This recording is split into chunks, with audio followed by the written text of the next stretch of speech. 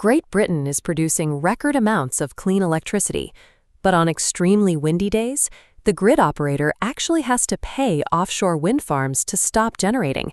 Because the electricity grid can't handle the sudden surge of power, they have to shut off the cheap wind and simultaneously pay fossil fuel gas plants closer to cities to spin up and replace that lost energy.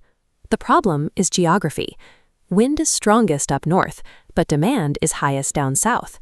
When northern power tries to flow south at once, it hits physical limits on the cables, creating a massive traffic jam. The industry calls the price of managing this bottleneck constraint costs, the multi-billion-pound fee required when lines are full. It's the multi-billion-pound fee required to keep the system balanced when the transmission lines are simply too full to move the power. And this problem is about to scale up rapidly. By 2035, electricity demand across the country is expected to spike by up to 65%. We are electrifying our heating, plugging in millions of electric vehicles, and building massive new data centers. This chart shows what happens if we do nothing. If the grid isn't upgraded to meet that new demand, those constraint costs are projected to nearly triple in a tiny 4-year window between 2031 and 2035. That means every time you pay your electricity bill, a growing portion of your money goes toward wasting clean power and firing up gas plants, rather than actually building a modern energy system. Our current power grid was largely designed in the 1950s. Back then, energy came from massive coal and nuclear plants built right next to the major cities that needed the power. The electricity didn't have to travel very far. Today, our cheapest and most abundant energy sources are geographically remote. They sit miles out in the ocean or on distant hillsides. Fixing this mismatch requires a total redesign. That job belongs to NESO, the National Energy System Operator. They don't pour the concrete or build the towers. They act as independent architects, mapping out exactly what infrastructure the country needs to keep the lights on.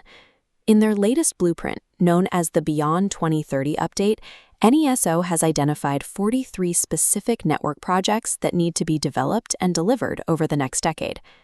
Operating a 21st century clean energy economy on mid-20th century wiring is a physical impossibility. Their plan attacks the bottleneck from 3 angles.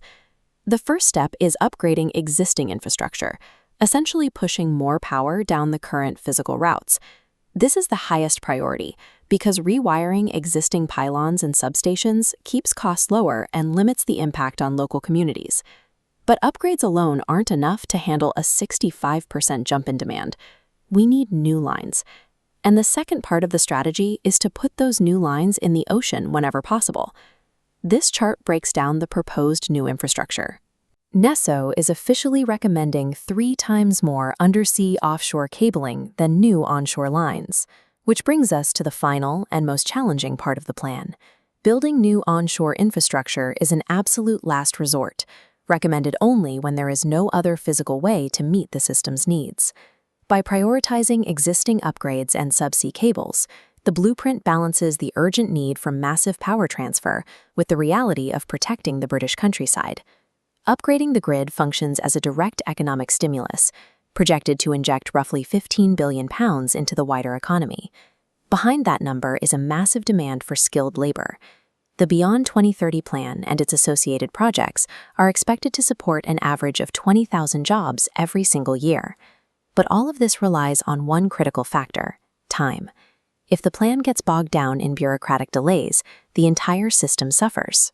While NESO designs the map, the physical building is handled by regional transmission owners, while the regulator, Ofgem, approves the funding and local authorities handle the final planning consent. If any part of that chain slows down, the constraint costs we talked about earlier will spiral out of control, and the connection of new homes, businesses, and clean energy projects will stall entirely. We have the clean energy.